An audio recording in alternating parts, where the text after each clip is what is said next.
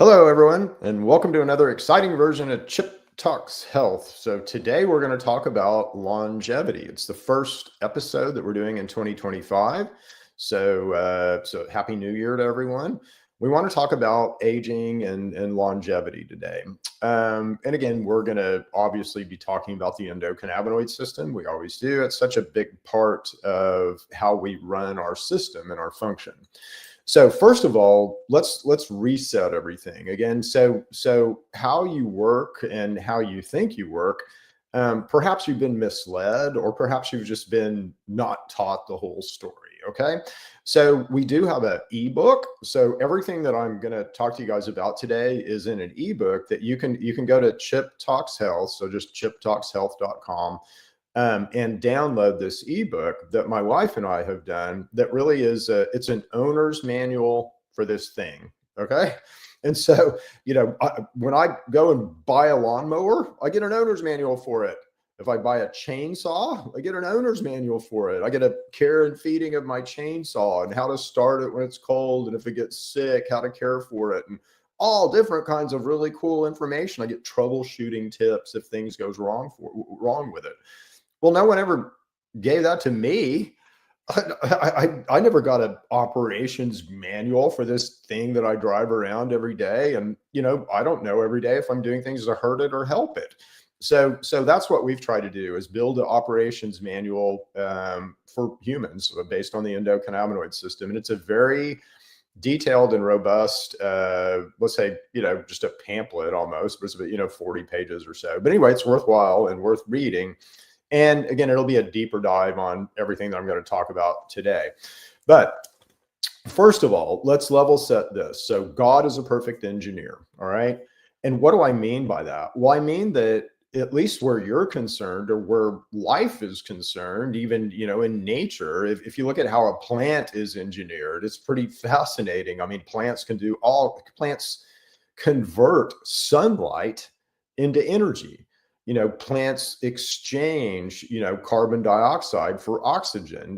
Plants do all this cool stuff that's really important to our life, our physicality here on Earth. Well, so do you. You're pretty important. You're a pretty interesting cat, right? And when we begin to understand that we're just like a plant is just a collection of cells. We're just a collection of cells. And every single cell inside of us is always striving toward perfect function. Now, you might have some genetic defects and things like that. But again, there's cellular mechanisms that will offset genetic defects. You have something called acetylation and methylation that are there to really help you offset genetic defects. So genes really don't have a lot to do with this, okay? So it doesn't really matter what type of cell it is. So a cell will be as perfect as it can be. And if it becomes dysregulated, if it gets messed up or whatever, it's going to divide and form a new perfect self. And that guy's going to try to be as perfect as he can be. So why do we age? Why do we age? Because every cell inside of us is always striving toward perfect function. And every cell inside of you will repair. I remember when I was a kid, they used to say, well, you only have so many brain cells, and you go into a room full of paint or something, and you're destroying your brain cells, or you drink alcohol or smoke marijuana, you're destroying your brain cells that you'll never get back. Well, that was a lie. I don't know if that was a convenient untruth or a purposeful lie, but that's just not true. So everything in you will regenerate. Another thing that was real common for a while was telomeres, right? So you guys have probably heard this thing about telomeres, and telomere is kind of you can think of it as a tail on a cell, and every time that it divides and recreates a new self, that tail will get a little bit shorter and a little bit shorter and a little bit shorter. And that's true, but there's things that you can do to just completely regrow the telomeres in cells. And so there's some things in nature that you can do. And it turns out, listening to relaxing meditative music will help your telomeres.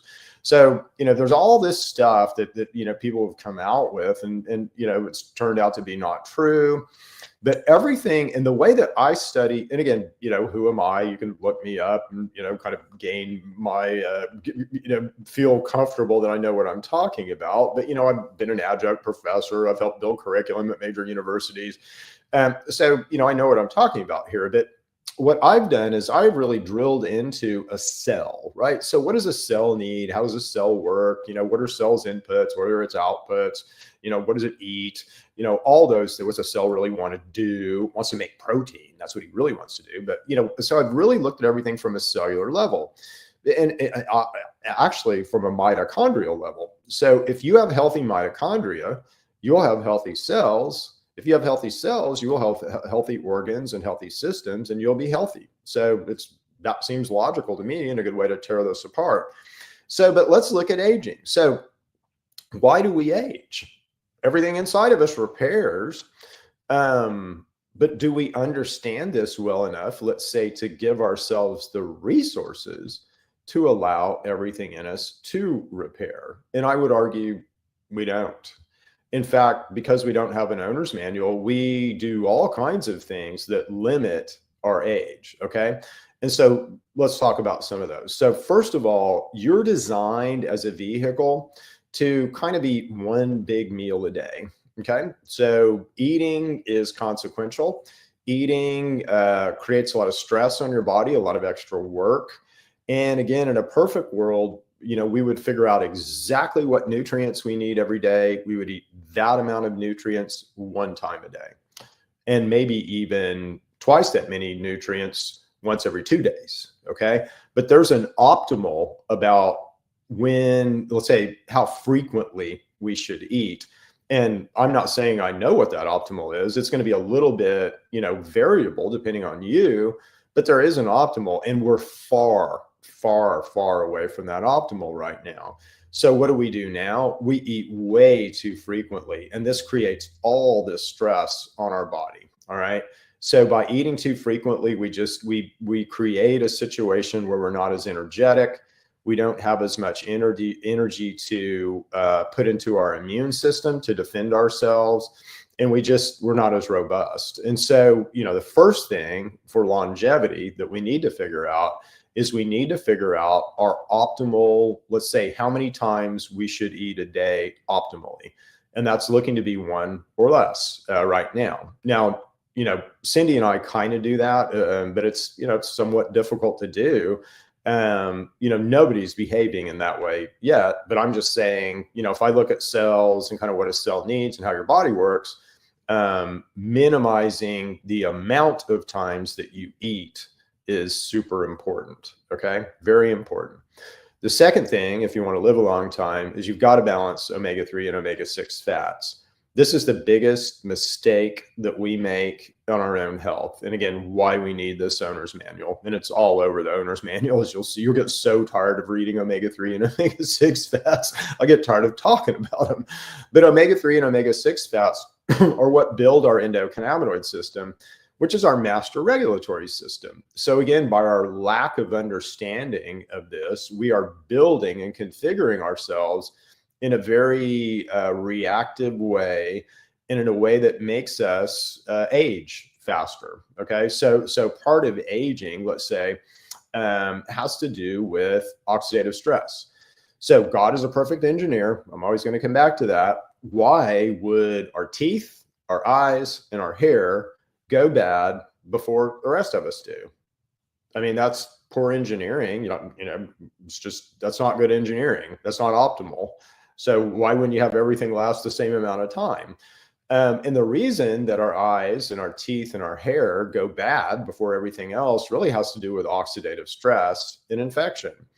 If we're infected, we're going to get chronically inflamed, and chronic inflammation will cause oxidative stress, which causes all kinds of aging, like say, symptoms. Okay. So the more oxidative stress that you have, the more likely you are to age. And it's just that simple. So if you're infected with something, that's going to cut down the amount of time that you're going to live. If you let that something run for a long time, that's going to cut down the amount of time that you live. As to diet, again, if we're eating equal amounts of omega-3 and omega-6 fatty acids, we're going to set a tone and a state in our body that's very dynamic and can handle a lot of different stuff. If we're eating an excess of omega-6s over omega-3s, we set a very reactive and inflammatory tone in our body. So any stimulus will cause us to react and inflame, and that might be a small little dust mite allergy, and you're going to react and inflame to that the same as you would a tuberculosis infection. Okay, so not what we want, not what we want at all. We want our immune system to tone down, be discerning and understanding about kind of what it should really react to and what it should react just a little bit to. And right now we react this way to everything, But that's so easy to fix. And again, this is just stuff we're doing to ourselves just to eat more omega-3s right now. But ultimately we're going to need to be concerned about balance, about omega-3 and omega-6 balance in our diet. There's no way that you get that if you eat, let's say, normal food or processed food. So you're getting very little of that. You have to work to balance omega-3 and omega-6 fats. All right, so let's talk a little bit about exercise. So there's no question that exercise will help you be more robust.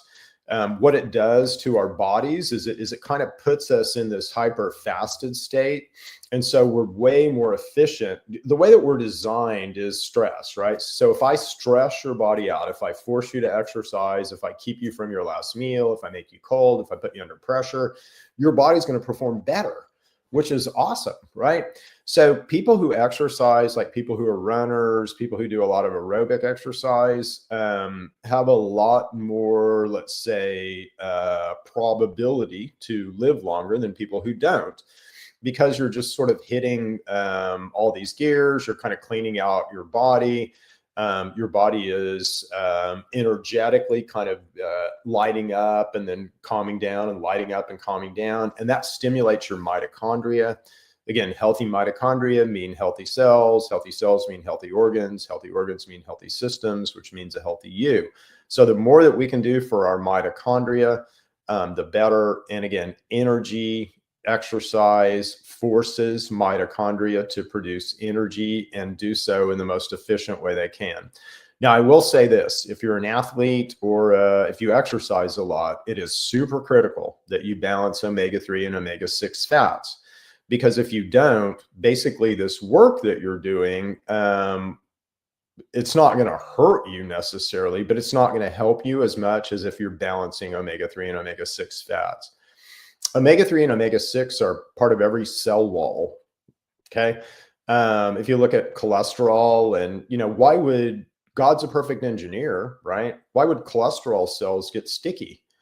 They need to get sticky in order to stop in your blood vessel so that they can kind of go to specific places in your body.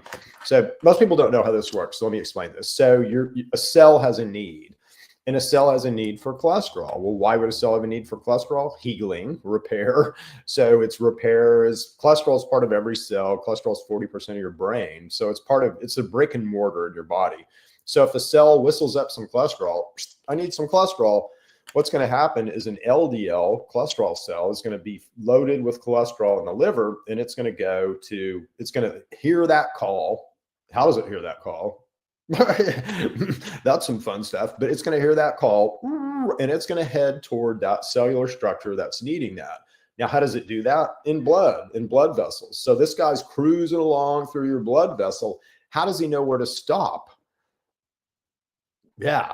So there's stickiness that forms on that cell wall, and he's coming by and he'll stick to that place, and then he can kind of get into that area through the blood vessel wall lining, right? So he's got a way to do that, but he sticks, and that's part of the function of your body. So it's the way your immune system works. So if you're doing a bunch of immune repair in a certain area, you're going to get kind of sticky in that area, but you don't want to get permanently sticky, and that's what plaque is, right? So arteriosclerosis, that's what plaque is permanent stickiness.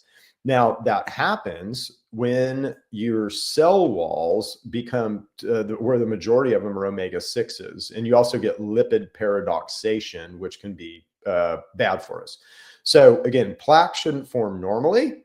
You should have this a little bit of stickiness in order to work your immune system. But it shouldn't, you shouldn't have something stick and then stick and then stick and then begin to close up your arteries. So that is plaque, and that is directly due to overconsumption of omega-6 fats. Okay. So eating more omega-3, omega-6 is going to balance that out. Again, how do I optimize my heart? Right. Well, it's easy to pump water through a tube. It's harder to pump syrup through a tube. And if those tubes get narrow, it's even harder to pump that syrup through a tube. And that's what we're talking about, right? So general inflammation from infection will cause basically your blood to thicken because it's an immune function. And then if your arteries are narrowing anyway, that'll absolutely, crap you right out, right? So we have to be aware of those types of things, but they all come back to these higher principles. So if we really understood our function, if we really understood what a cell needed, if we were nutrienting exactly as to what that cell needed in the frequency that we need to, some of these problems, we're never going to have a plaque problem because we're eating the proper amounts of omega-3, omega-6. We're not going to have a chronic inflammation problem unless we just get that one very strong, rare bug that can beat our immune system, because we're going to have a very robust immune system. So most of the stuff that, let's say, the consequences of aging fall out from us not behaving in the proper way and eating the right things and exercising in the right way. So if you look at blue zones, and there's been a lot written on blue zones, right? So blue zones are areas where people live, I think, to be over 100, but they certainly live to be longer than in most other areas on average. So what do those people do? Well, they all have generally, some of them have a horrible diet, which is, weird, but it just, non-linear, let's say. But most of them have a good diet. Most of them eat, they don't overeat, let's say, and a lot of them will be intermittent fasters. They all spend time outside. They all spend time in the sun. All right. So this is what I want to kind of wrap up with, is the sun. And in order for you to really maximize, let's say, your time here in this vehicle on this planet, so driving around this thing that we don't have an owner's manual for, we really need to understand our relationship to the sun. Okay. And this is another area where, let's say, we just generally haven't been told the truth. So what do most of us believe? Well, we're a mammal, we kind of act like a mammal. We build vitamin D from the sun, but, we could live underground forever, is kind of what we're led to believe. And, sun, no big deal, not really that important. Well, boys and girls, I'll tell you right now, the sun is the most important thing in your life every day. It is the most important relationship that you have. You don't exist without your relationship with the sun in some form or fashion. Okay, so it is super important. Now, here's the cool stuff, is you're not a mammal. You have a special relationship with the sun that mammals don't have. And this is enough of a difference to, let's say, taxonomy, I can't say the other word, in taxonomy, to be able to differentiate us from mammals. Your dog or a monkey or a cat can produce vitamin D in Alaska. You can't. You have to be in certain places on the earth in order to produce vitamin D. And you have to be south of, Oklahoma, let's say, for most of us, to be able to produce vitamin D from the sun. Okay. So that is a special relationship that you have. And it goes way, way, way deeper than that. But most of it's a little too woohoo for us right now. But one of the things that's absolutely common with, let's say, these people that live to be over 100 is they all spend time in the sun. And you'll notice, again, and probably barefoot in dirt in the sun because they're grounding. It's super important that we do this, but it's so not really in our awareness right now and not in our thinking. If I told you why, if I told you you're like a big battery and you have to be recharged every day and the electrons have to move, and We need a new definition of life, right? The definition of life should have to do with the rate at which you're moving electrons. And when I put you in the sun, you move electrons faster. So you become arguably more alive. If I put you in the dark, you move electrons slower. Pathogens have to move electrons inside of you. That's why they rob your metals. At certain times you have tissue systems that fall below the threshold. They get decayed. They attract bacteria that like dying things. So we're like this big kind of system of cells, but the sun is so important in how we function. So getting in the sun 20 minutes a day, amazing, amazing. Make sure you're not behind glass either, because glass blocks certain rays of the sun and certain things that the sun can do for you. We'll be talking a lot more about the sun and light and vibration and frequency and all that as we move on with Chip Talks Health. A lot of it's pretty deep science, though. And so one of the things that I try to do is I want to make sure that I can explain to anyone what I'm trying to explain to them. And so some of that stuff is kind of hard to explain right now, but all that's coming attraction. All that's a coming attraction to health. So aging, how old do I think you can live? You ready? You ready for it? Wait for it. Wait for it. I don't think I can live to be this old now because I've had, 50 years of bad behavior. But some of the kids now I think can live to be 1,000 years old. 1,000 years old. Again, and that kind of lines up biblically nicely, doesn't it? And I think certainly this vehicle that we're given has the capability to run that long. It's our abuse of it that only makes it last 80, and our lack of understanding of it that makes it only last, 80 or 90 years or so. So there you go. That's it on longevity and aging. We do have products, I would say, in True Medics that will absolutely, I'm getting ready to come out with a new, it's kind of a mitochondrial enhancement product. So I'll have it out in the next couple of weeks. I don't know what we'll call it yet, but it'll be a mitochondrial enhancement product. It'll be great. Our Vitality product in True Medics is a extremely good supplement for aging and for general health, mental health, and all that.